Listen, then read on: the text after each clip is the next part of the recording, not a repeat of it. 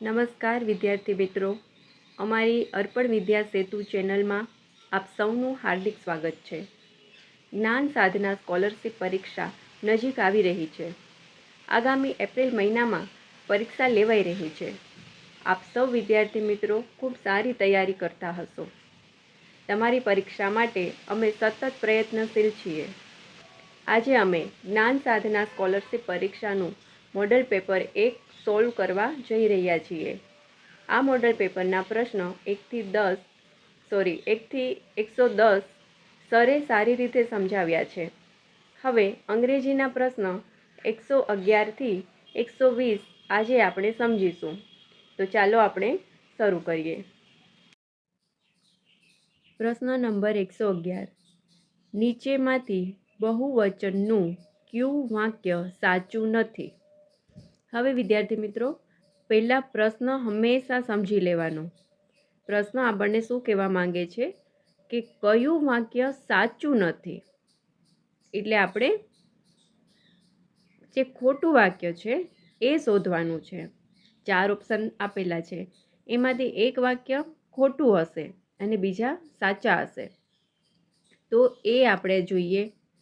Option A છે, these R butterfly. બરાબર, બહુવચનનું વાક્ય છે એટલે હંમેશા બહુવચનમાં જ વાક્ય હોવું જોઈએ. તો બી છે, ઓપ્શન નંબર બી છે, those are butterflies. Option number C છે, these are butterflies. Option number D છે, ધીઝ આર કાઇટ્સ. બરાબર, તો હવે આમાં ઓપ્શન નંબર એની વાત કરીએ તો ધીઝ આર બટરફ્લાય. તો એ વાક્ય કેવું છે? ખોટું છે. શા માટે ખોટું થયું? તો બટરફ્લાય છે એ એક વચનમાં છે. અહીંયા બટરફ્લાયસ હોવું જોઈએ, તો જ એ વાક્ય બહુવચનમાં થાય. એટલે ધીઝ આર બટરફ્લાય એ વાક્ય ખોટું છે. આથી આપણો જવાબ એ આવશે.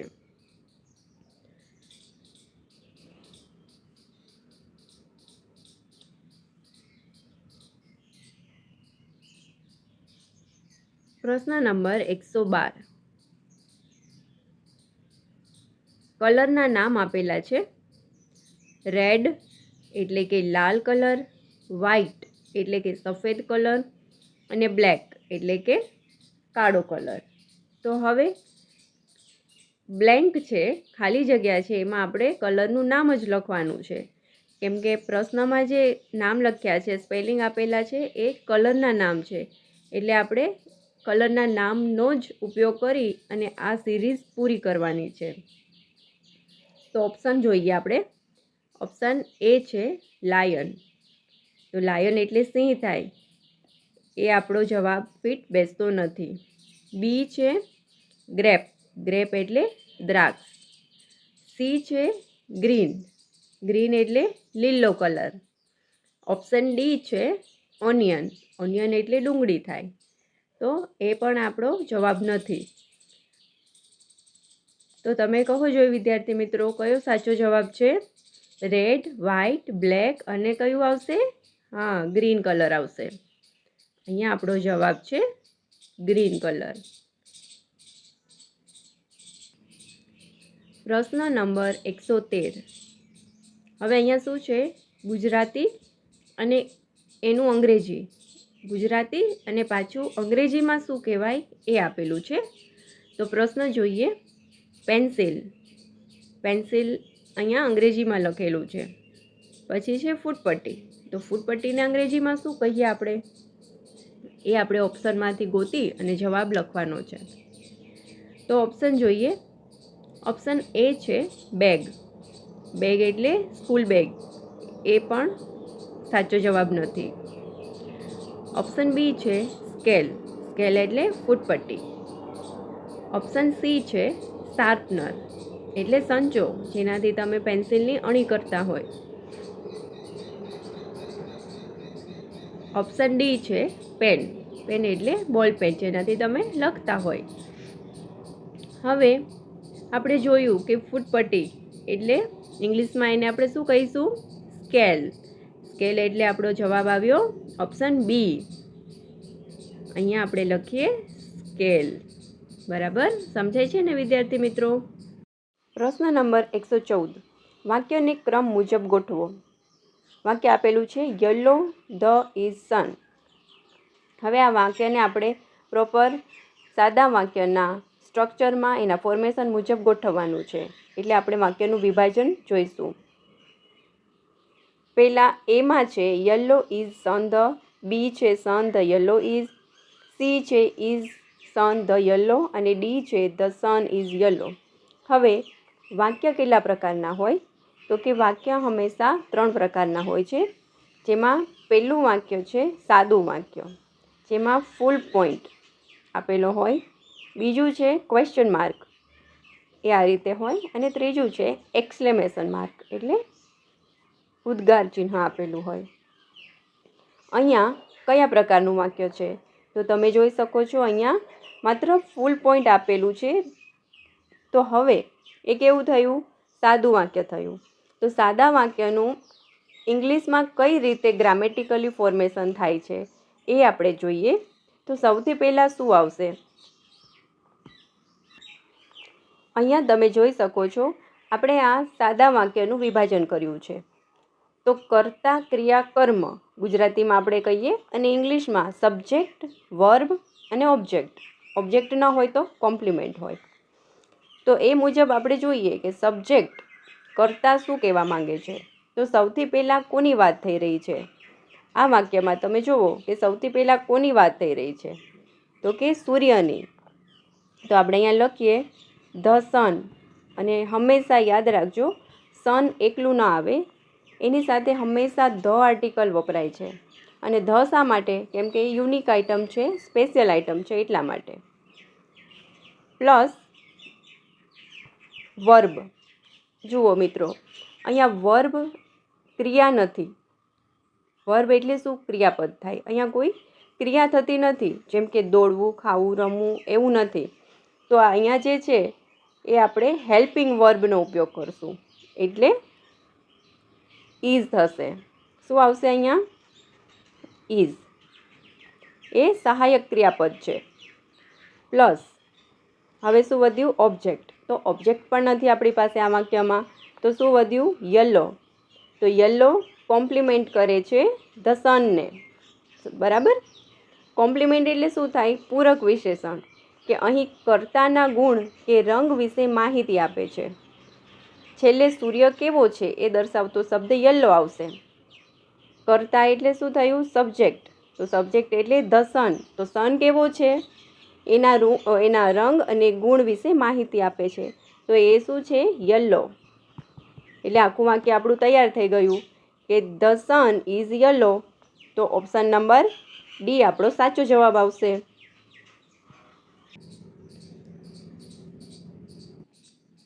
હવે છે પ્રશ્ન નંબર 115.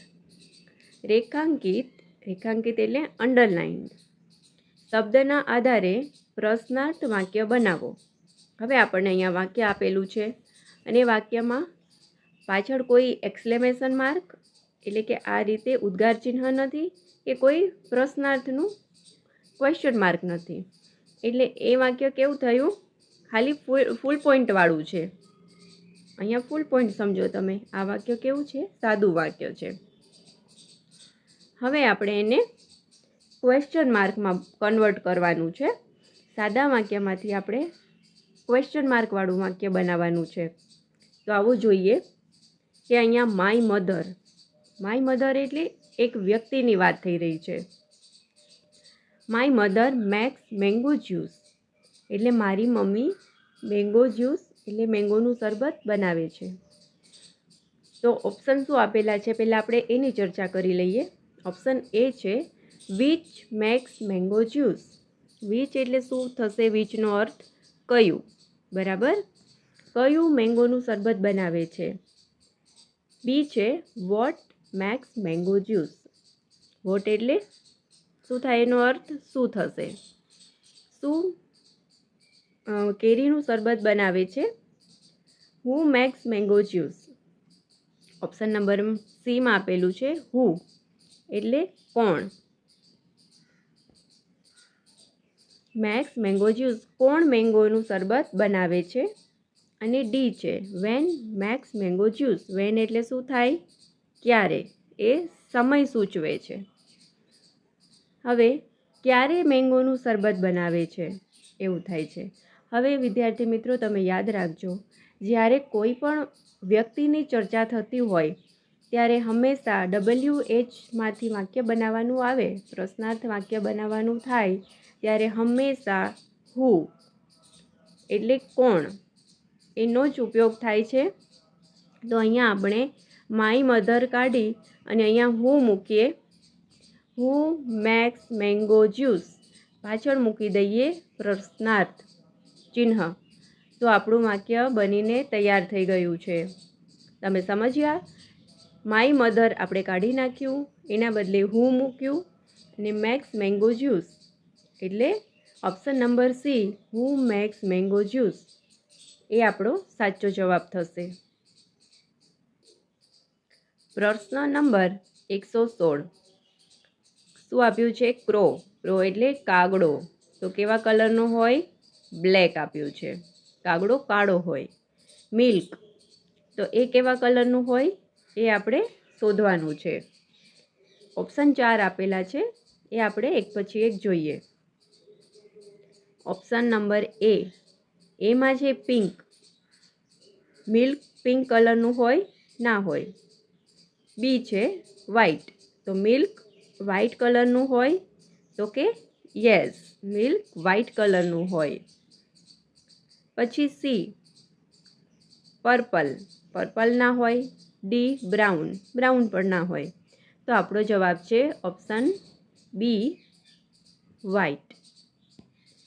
મિલ્ક કેવા કલરનું હોય, તો મિલ્ક વ્હાઈટ કલરનું હોય.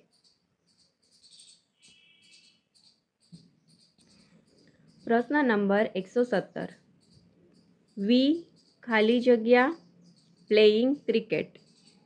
વી સાથે શું આવે એના માટે નીચેના ઓપ્શન આપેલા છે. તો હંમેશા વિદ્યાર્થી મિત્રો તમે યાદ રાખો કે આઈ સાથે શું આવે, હંમેશા એમ.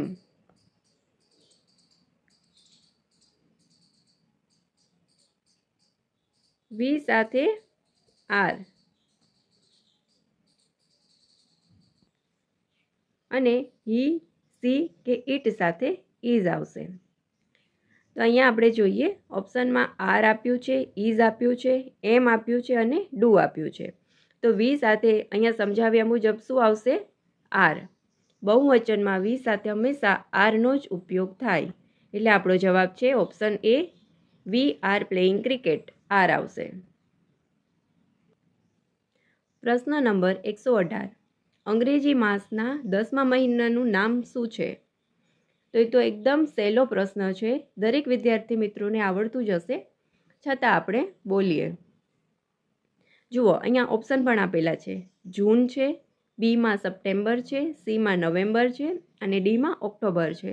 છતાં જે વિદ્યાર્થી મિત્રોને નથી આવડતું એમના માટે આપણે બોલીએ. January, February, March, April, May, June, July, August, September, October, November, December. હવે કયું આવ્યું, ઓક્ટોબર મહિનો છે એ 10મો મહિનો થશે, એટલે આપણો જવાબ ઓપ્શન ડી છે એ આપણો સાચો જવાબ થશે. ઓક્ટોબર મહિનો 10મો મહિનો થશે. પ્રશ્ન નંબર છે 119. કઈ જોડ સાચી નથી. હવે અહીંયા સાચી નથી એના ઉપર ફોકસ કરવાનું. હંમેશા તમે પ્રશ્નનો જવાબ લખતા હોય ત્યારે પ્રશ્ન 2 વખત વાંચવો, પ્રોપર સમજાઈ જાય પછી જ એનો જવાબ ઓપ્શનમાંથી તમારે સિલેક્ટ કરવાનો. તો કઈ જોડ સાચી નથી, સાચી જોડ આપેલી છે અને ખોટી જોડ પણ આપેલી છે, એ આપણે ઓપ્શનમાં જોઈએ. ઓપ્શન નંબર એમાં છે ગોટ લીવ્સ. ગોટ એટલે બકરી અને લીવ્સ એટલે પાંદડા. તો બકરી છે એ પાંદડા ખાય, તો એ જોડ કેવી થઈ, સાચી થઈ. ટાઈગર મિલ્ક, તો વાઘ છે એ દૂધ પીવે, દૂધ ના પીવે, તો એ જોડ કેવી થઈ, ખોટી. સી છે લાયન મીટ, લાયન એટલે કે સિંહ થાય અને મીટ એટલે માંસ, તો સિંહ છે એ માંસ ખાય, તો એ જોડ પણ સાચી થઈ. અને મંકી એટલે કે વાંદરા અને બનાનાસ એટલે કેળા, તો વાંદરા કેળા ખાય, એ જોડ પણ સાચી થઈ. તો અહીંયા આપણે કઈ જોડ સાચી નથી એ જોવાનું છે. તો ઓપ્શન બી છે એ આપણું સાચો જવાબ થશે. બરાબર, ઓપ્શન બી ટાઈગર મિલ્ક એ જોડ સાચી નથી, એ જવાબ તમારો સાચો થશે. પ્રશ્ન નંબર 120, ડ્રિંક આઈ જ્યુસ એવરી ડે. હવે આ વાક્યને પણ આપણે ગ્રામેટિકલી ફોર્મેશનમાં ગોઠવવાનું છે. ઉપર આપણે સમજ્યા એ મુજબ આ વાક્ય કેવું છે એ તમે હવે સમજી ચૂક્યા હશો. વાક્યના 3 પ્રકાર મુજબમાંથી આ વાક્ય સાદું વાક્ય છે. આમાં ફૂલ પોઈન્ટ આપેલો છે, તેથી આ વાક્ય સાદું વાક્ય થયું. હવે આ વાક્યના ઓપ્શન જોઈ લઈએ. એમાં છે એવરી ડે ડ્રિંક આઈ જ્યુસ, બીમાં છે એવરી ડે જ્યુસ આઈ ડ્રિંક, સી છે આઈ ડ્રિંક જ્યુસ એવરી ડે અને ડી છે આઈ ડ્રિંક એવરી ડે જ્યુસ. હવે સાદા વાક્યનું ફોર્મેશન એટલે એનું સ્ટ્રક્ચર કેવું હોય એ આપણે જોઈ લઈએ. જુઓ મિત્રો, તમે આ ફોર્મેશન તો ઉપર ભણી ચૂક્યા છો. જેમ કે subject plus verb plus object એ કોઈ પણ સાદા વાક્યની રચના થઈ. તો સબ્જેક્ટ શું છે તો કે કર્તા, વર્બ શું છે ક્રિયાપદ, અને પ્લસ ઓબ્જેક્ટ શું છે તો કે કર્મ. હવે આ વાક્યમાં સબ્જેક્ટ એટલે કર્તા, મુખ્ય કર્તા કોણ છે તો એ છે આઈ. અહીંયા આપણે લખીએ આઈ. પછી વર્બ શું છે, વર્બ છે ડ્રિંક, એટલે ક્રિયા થઈ, પીવાની ક્રિયા થઈ છે, તો અહીંયા આવ્યું ડ્રિંક. પછી છે ઓબ્જેક્ટ શું છે, મેઇન ઓબ્જેક્ટ આપ્યો હશે ને આ વાક્યમાં, એ છે જ્યુસ, તો અહીંયા આપણે લખીએ જ્યુસ.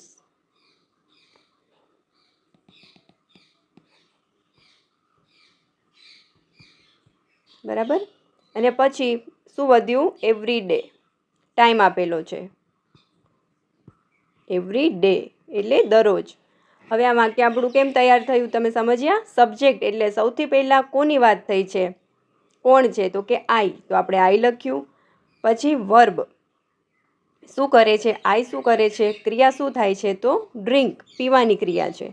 અને ઓબ્જેક્ટ શું છે તો જ્યુસ, એ આપણો ઓબ્જેક્ટ છે. અને પાછળ શું વધ્યું એવરી ડે, એટલે એ ટાઈમ આપ્યો છે. તો વાક્યમાં હું એટલે આઈની વાત છે, એટલે સૌથી પહેલાં આઈ આવ્યો.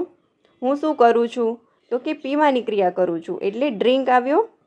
પછી શું છે, હું શું પીઉં છું તો એ જવાબ છે જ્યુસ, એટલે જ્યુસ લખ્યું આપણે ઓબ્જેક્ટ તરીકે. અને છેલ્લે સમય દર્શાવતો એવરી ડે એ આપણે લાસ્ટમાં લખ્યું. આ મુજબ કયો ઓપ્શન છે ચાલો આપણે જોઈએ. આઈ ડ્રિંક જ્યુસ એવરી ડે, તો આઈ ડ્રિંક જ્યુસ એવરી ડે એ આપણો સાચો જવાબ થયો. એટલે ઓપ્શન નંબર સી આપણો સાચો જવાબ થયો.